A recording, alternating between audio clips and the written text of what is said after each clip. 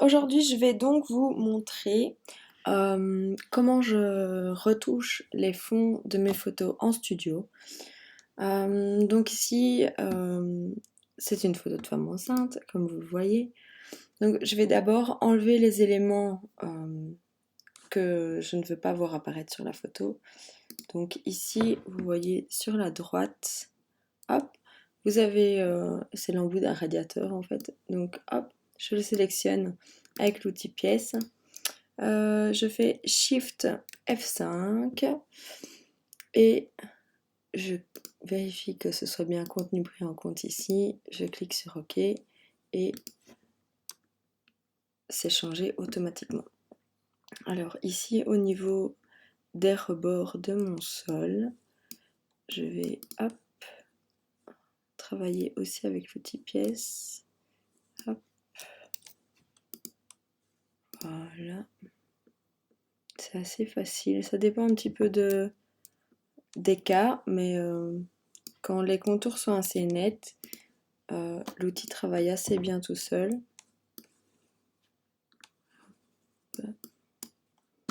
Et je vais peut-être affiner encore un peu ici, voilà. Hop. Alors, ici, pareil, ça ne me plaît pas beaucoup.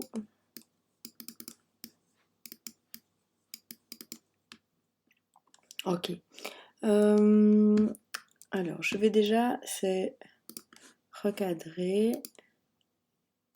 Hop.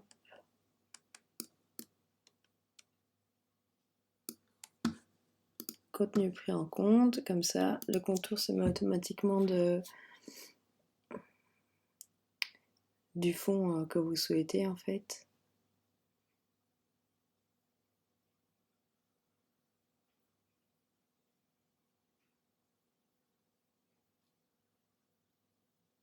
Le temps que l'ordinateur travaille.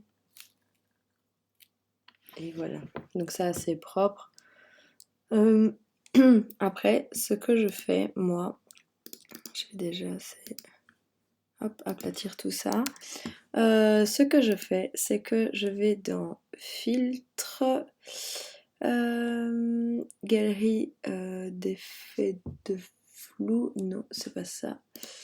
Où est-ce qu'on trouve ça? Là. Donc flou de surface. Je l'ai en action, donc je ne trouvais plus où il était. Alors ici, pareil, on peut choisir un peu comment on règle ce flou-là. Donc, on peut toucher au rayon. Vous voyez que ça donne quand même un flou assez important.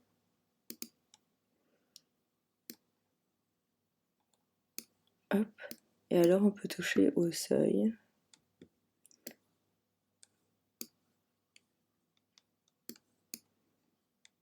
Je vois pas vraiment de différence quand on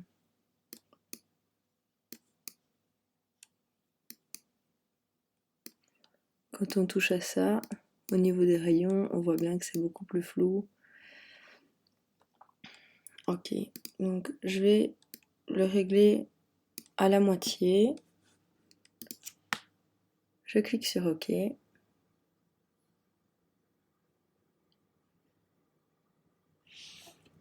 Donc là aussi c'est quand même un filtre qui met assez de temps à se mettre en route.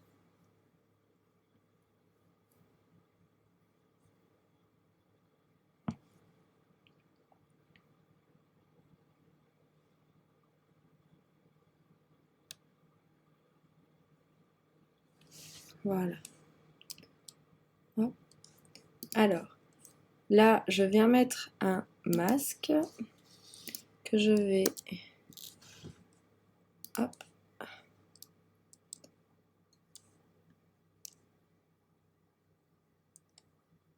Voilà. Donc j'ai mis tout le masque en noir pour qu'on ne... pour que l'effet n'agisse pas sur la photo pour le moment. Donc je vais sélectionner moi-même les zones où je veux que l'action fonctionne. Donc vous allez voir, honnêtement, quand j'ai découvert ça, c'était un peu miraculeux. Donc, c'est quand même un filtre qui fonctionne très très bien. Alors, il faut pas l'utiliser partout parce que ça fait vite très très fake. Mais pour nettoyer les fonds de studio, c'est assez miraculeux. Donc, vous voyez quand même que, enfin, je vais vous montrer l'avant-après, mais c'est quand même assez flagrant. Et ici sur le contour, c'est pareil. J'avoue que moi j'utilise des fonds papier, donc ils se salissent assez vite. Et si on veut pas faire aller, enfin, jeter son fond papier à toutes les séances, c'est bien pratique de faire comme ça. Alors, je passe aspirateur sur mes fonds, mais voilà, je ne demande pas à mes clients d'enlever leurs chaussures sans arrêt. Donc, c'est vrai que c'est quand même assez pratique de pouvoir nettoyer ses fonds assez rapidement. Donc, je vous montre l'avant-après. C'est quand même assez flagrant. Donc là, je vais de nouveau aplatir. Hop. Je vais aller affiner un peu ici. Parce que vous voyez, j'ai un décalage là avec ma plaque. Hop. Voilà. Ça va très très vite. Donc ici, en fait, sur ma plaque de plexi, j'ai des traces en fait de chaussures, je pense, qui ne s'en vont pas. Mais c'est pas très grave. Hop. Donc ici. Hop.